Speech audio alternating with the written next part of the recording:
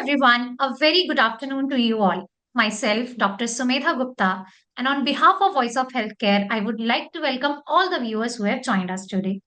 So, today, we are here for an insightful session named as The Big Idea Voicing What's Next in Healthcare, presented by VOH. So, this episode is a mini virtual, crisp yet insightful series where we feature leading healthcare founders, experts, and innovators who are making significant impact in the healthcare space. So, join us as we'll be delving into their insights and experiences. And to mark this today, we have a very special guest joining us, Miss Arushi Sethi.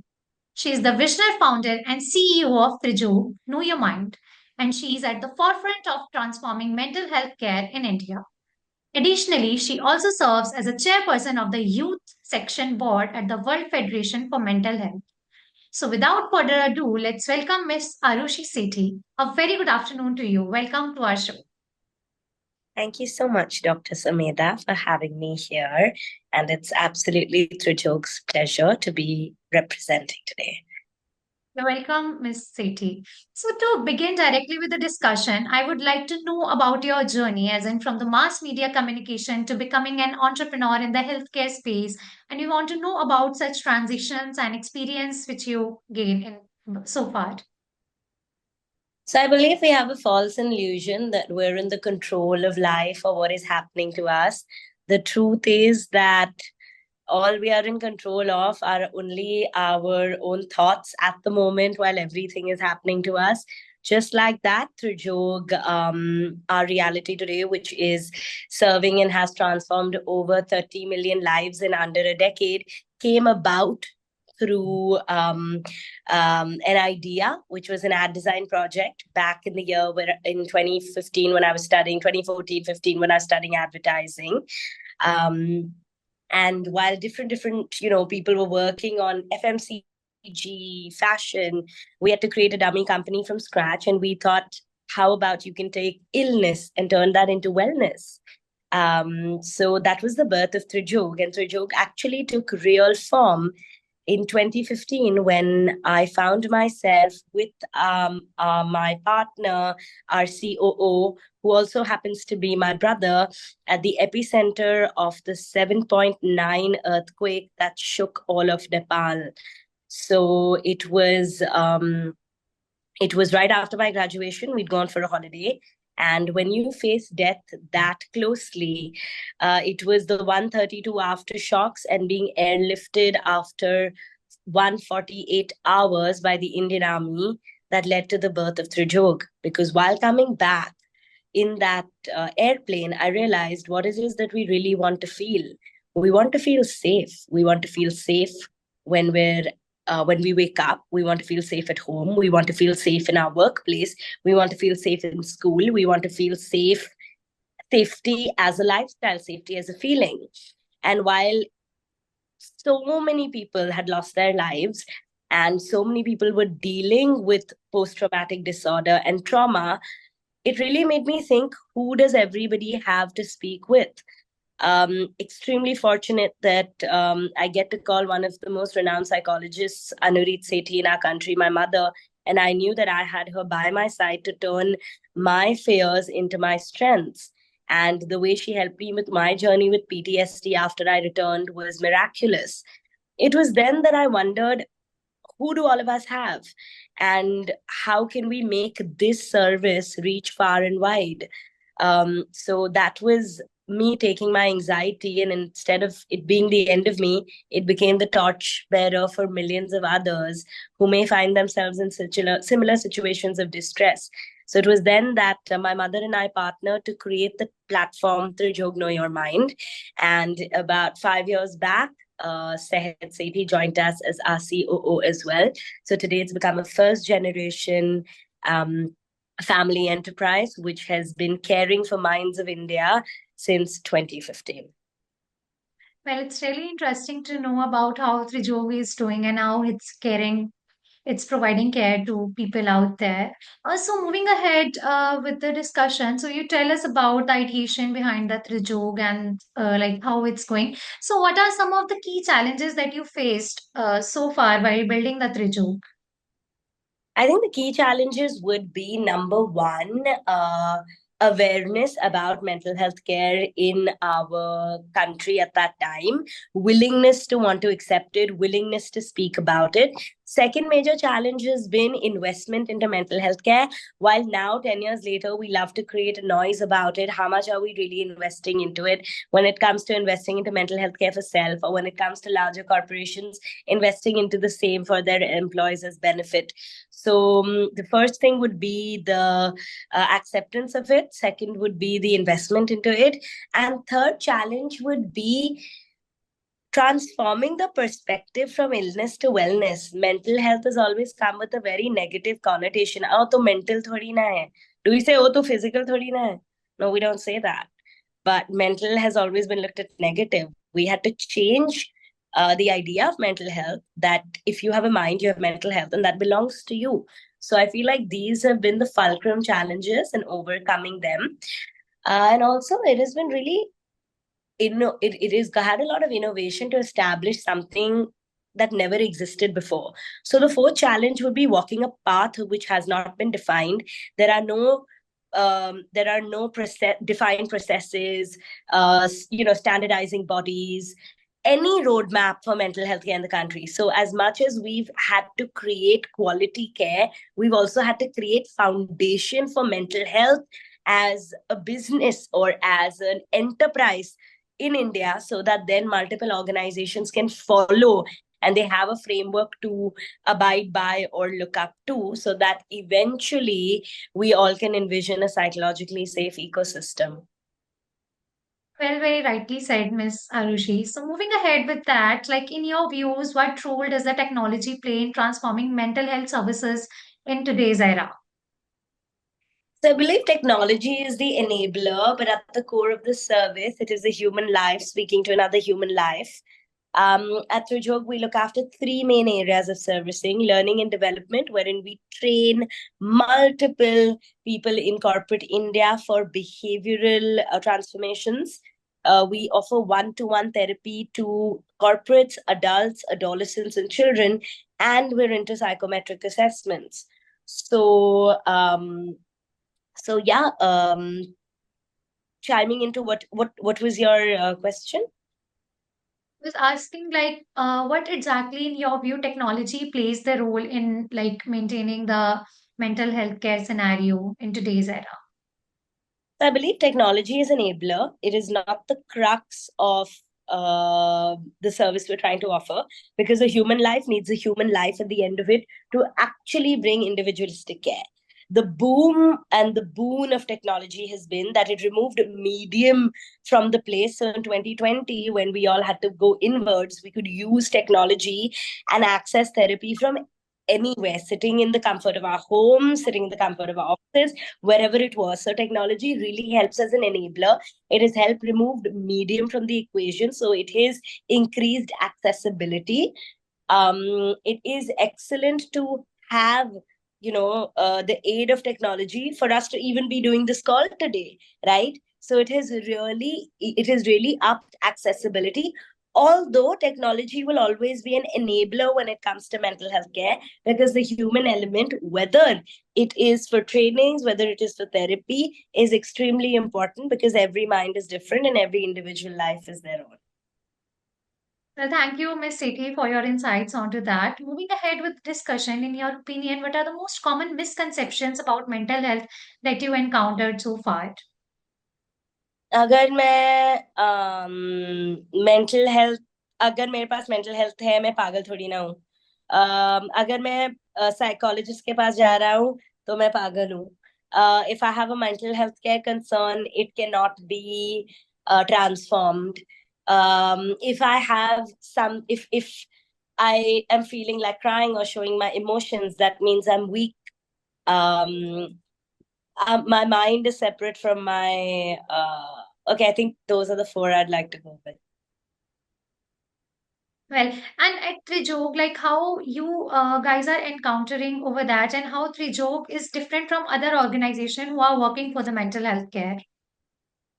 So I feel like what separates Trijog is number one, the kind of quality we give.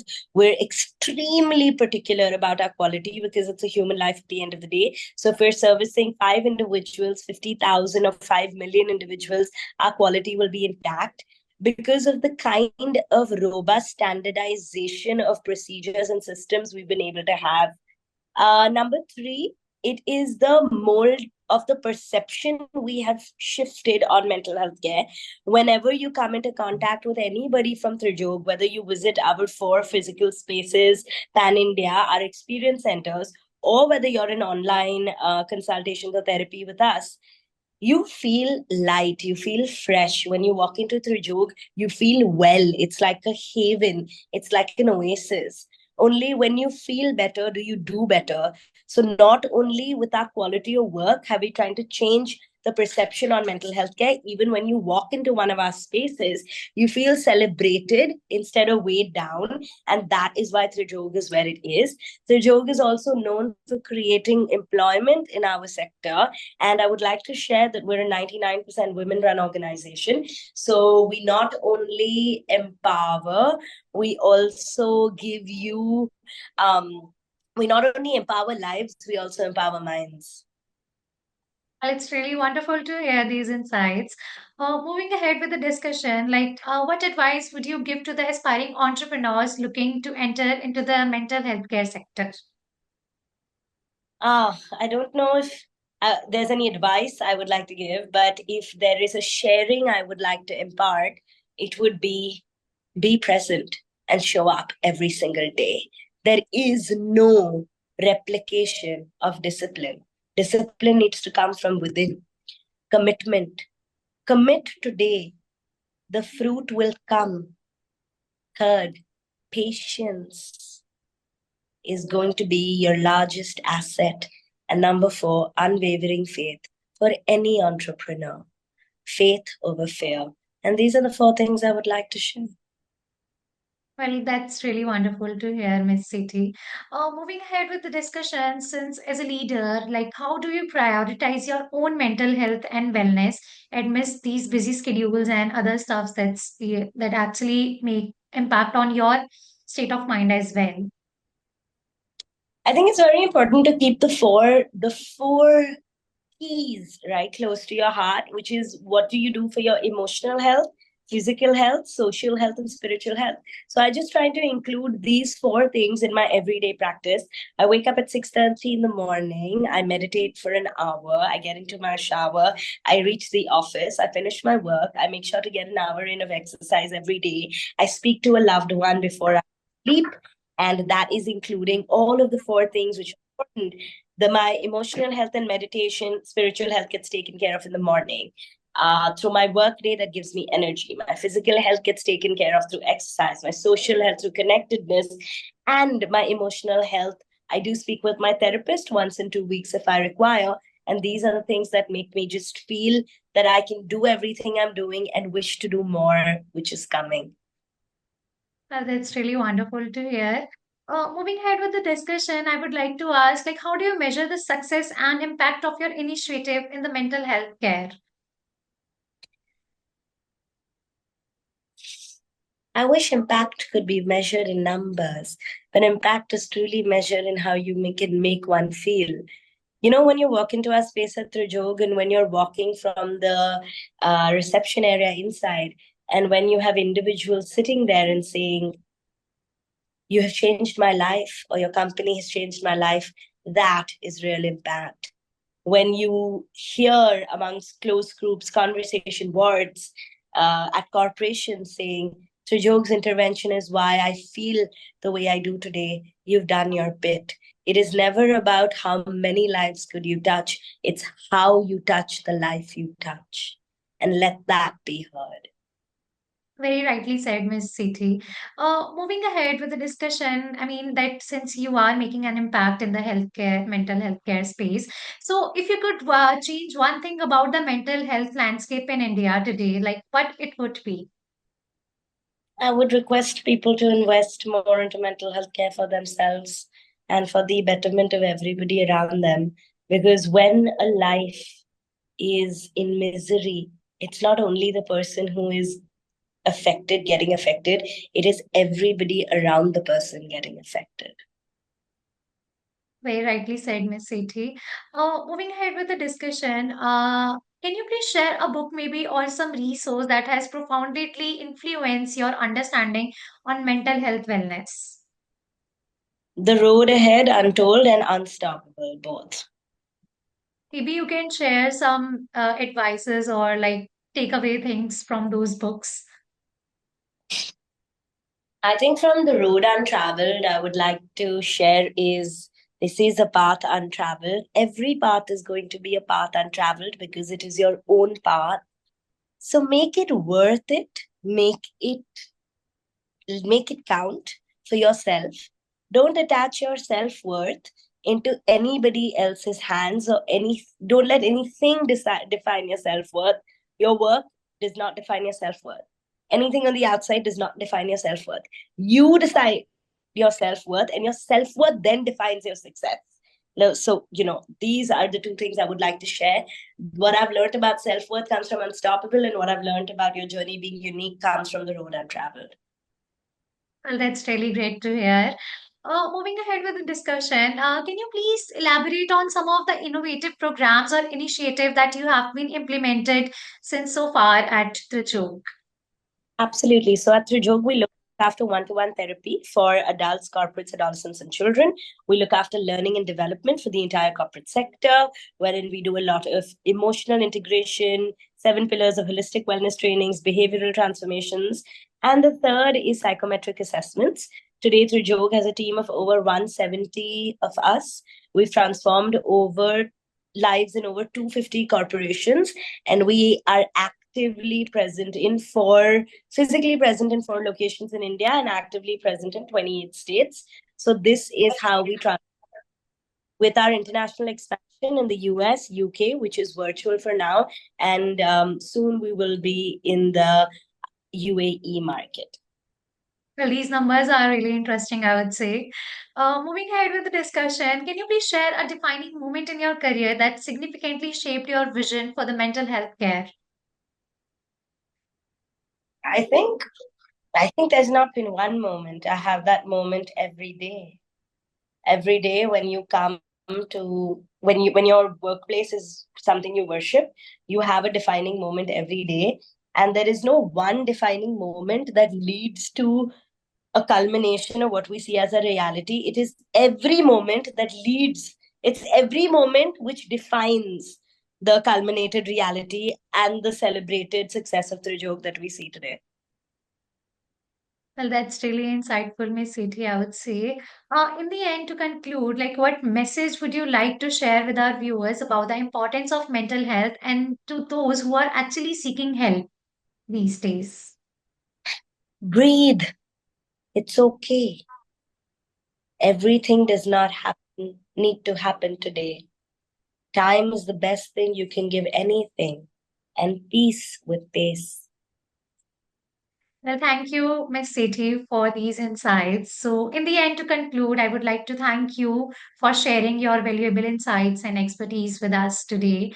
And I think these innovative approaches and strategic vision to fascinate glimpse into the mental health care space is really wonderful. So, thank you so much for being the part of the discussion. Thank you so much. Thank you so much for having me, and I really hope this could help whoever is listening. Have a blessed day, and Thank you. Thank you so bye. much.